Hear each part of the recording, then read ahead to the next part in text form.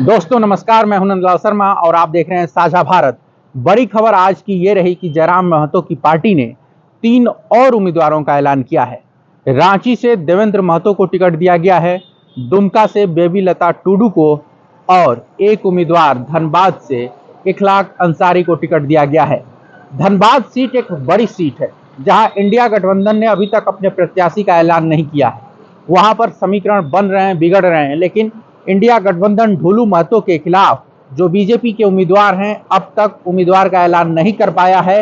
लेकिन minority card खेलते हुए जयराम महतो की पार्टी ने एक मुस्लिम उम्मीदवार मैदान में उतारा है। इखलाक अंसारी के बारे में जो अभी जानकारी हमें मिल रही है उसमें वो पेशे से टीचर हैं, बहुत ही साधारण पृष्ठभूमि है और जो झारखंड लोकतांत्रिक का क्रांति मोर्चा है उसने इखलाक अंसारी पर दाव लगाया है।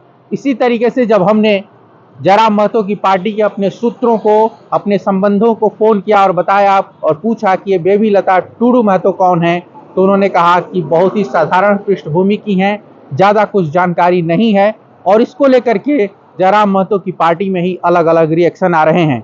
तो जयराम महतो खुद गिरिडीह से चुनाव लड़ेंगे और गिरिडीह की सीट झारखंड के लोकसभा चुनाव की एक हॉट सीट है और जिस तरीके का माहौल जयराम महतो ने गिरिडीह में बनाया है तो उन्हें बढ़त है, एज है। लेकिन जब से ये बेबी लता टुडू को जो है उम्मीदवारी का ऐलान हुआ है उसके बाद अलग अलग रिएक्शन आ रहे हैं और पार्टी में सभी कार्यकर्ता इस बात को जो है, हमने जिनसे बात की, हमने जिनसे संपर्क, उसमें यही निकल के आ रहा है कि बेबी लता टुडू एक अनजान चेहरा है जिनके बारे में पब्लिक स्पेस में कुछ ज्यादा जानकारी नहीं है।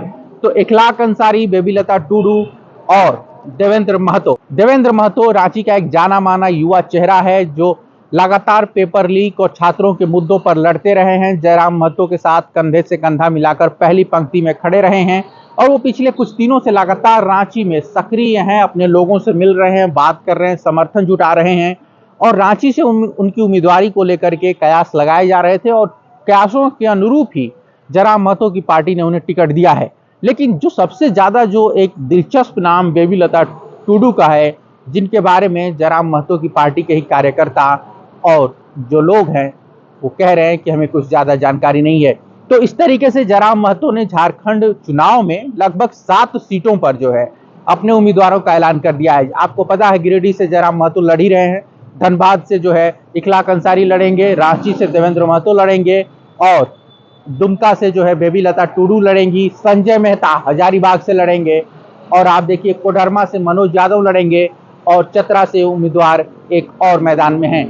तो इस तरीके से जयराम महतो ने जो खतियान और मूल निवासी का मुद्दा उठाया था उसको लेकर के वो चुनावी लड़ाई में है और अपने प्रत्याशियों का ऐलान उन्होंने कर दिया है। अब देखना है कि जयराम महतो की पार्टी किस तरीके से बूथ पर लड़ती है, क्योंकि आपको फाइनली वोट निकालने हैं और गिरिडीह के अलावा बाकी सीटों पर जो उम्मीदवार हैं वो कितना वोट निकाल पाते हैं, कितने लोग चुनाव जीत पाते हैं जयराम महतो के अलावा। क्योंकि क्या सिर्फ नाम मात्र के लड़ने के लिए तो जयराम महतो ने टिकट नहीं दिया है। हर प्रत्याशी पर जो दाव लगाया गया है वो चुनाव जीतने के लिए लगाया गया है और यही आमतौर पर मान के चलता है हर विश्लेषक, हर मीडिया कर्मी कि जो उम्मीदवार है वो जीतने के लिए लड़ रहा है। और जयराम महतो की पार्टी के पास निश्चित तौर पर दूसरी पार्टियों के मुकाबले संसाधन कम है, लेकिन उम्मीदवारों को अपने दम पर चुनाव लड़ना होगा और दिखाना होगा कि वो जयराम महतो के एजेंडे को, उनके विजन को जमीन पर उतार सकते हैं, चुनावी लड़ाई जीत सकते हैं। और अगर ऐसा नहीं होता है तो निश्चित तौर पर जेबीकेएसएस के लिए अपनी पहली ही सियासी जंग में एक बड़ा झटका होगा। और इसीलिए जो नाम सामने आए हैं और उनको आप गूगल करिए तो उनके बारे में क्या जानकारी निकल के सामने आती है, क्या वो सक्रिय रहे हैं पिछले 2-3 सालों में जिस तरीके से जयराम महतो सक्रिय रहे हैं, ये बड़ा सवाल है। और इसीलिए ये देखना होगा कि क्या इखलाक अंसारी धनबाद सीट पर जो है जीत दर्ज कर पाएंगे। हम आपको बता दें कि धनबाद में 15% मुसलमान हैं और जो माइनॉरिटी कार्ड जयराम महतो ने खेला है उससे निश्चित तौर पर इंडिया गठबंधन को नुकसान होने जा रहा है। क्योंकि अगर मुसलमान इखलाक अंसारी के साथ जाता है, क्योंकि आप देखिए कि धनबाद की जो सीट रही है वहां पर सिंह उम्मीदवार ज्यादा रहे हैं, ठाकुरों को लेकर के जो है पार्टियां ऑब्सेस्ड रही हैं। अभी जब ढुलू महतो को टिकट दिया गया धनबाद में तो जो ठाकुर उम्मीदवार है जैसे पीएन सिंह, उनकी नाराजगी की बात आई थी। बीजेपी के जो झारखंड प्रभारी हैं लक्ष्मीकांत वाजपेयी, वो जाकर के मिलने गए थे, मनाने गए थे और धनबाद बीजेपी का एक तरीके से गढ़ रहा है।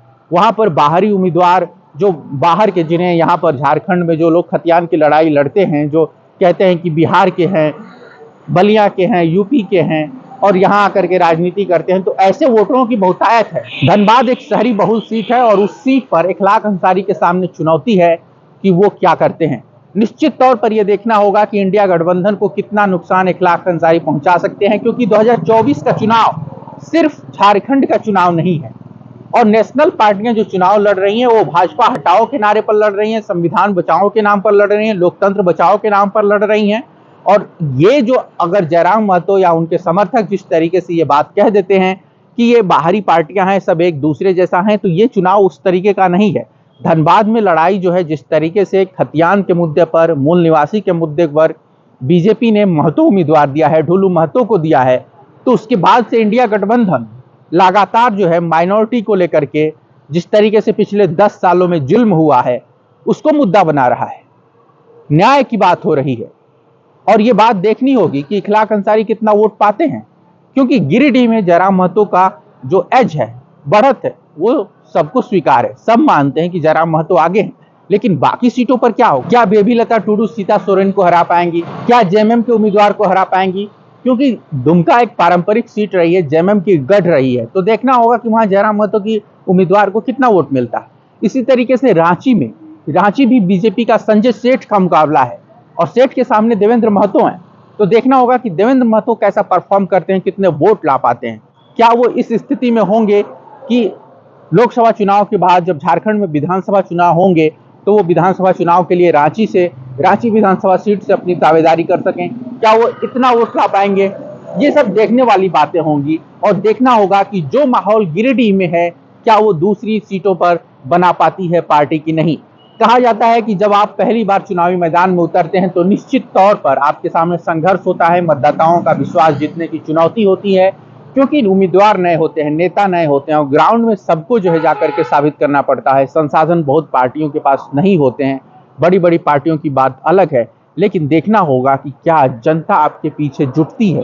यही सबसे बड़ा इम्तिहान है जयराम महतो और उनकी पार्टी की, क्योंकि अगर ऐसा हो पाता है तो निश्चित तौर पर आने वाले दिनों में, आने वाले वर्षों में जयराम महतो की पार्टी एक बड़ा अंतर पैदा कर पाएगी और यही इम्तिहान है, यही पहली परीक्षा है।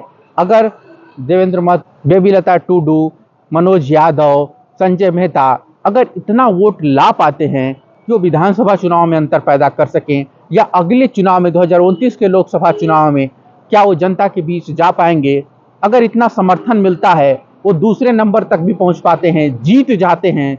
अगर जयराम महतो के अलावा 1-2 उम्मीदवार भी अगर सीटें निकाल लेते हैं तो ये बड़ी कामयाबी होगी। पहले चुनाव में ही 14 लोकसभा सीटों में से अगर आप 2-3 सीटें निकाल लें तो ये बड़ी सफलता होगी और यही बात देखने वाली होगी कि क्या जयराम महतो की पार्टी ऐसा कर पाती है।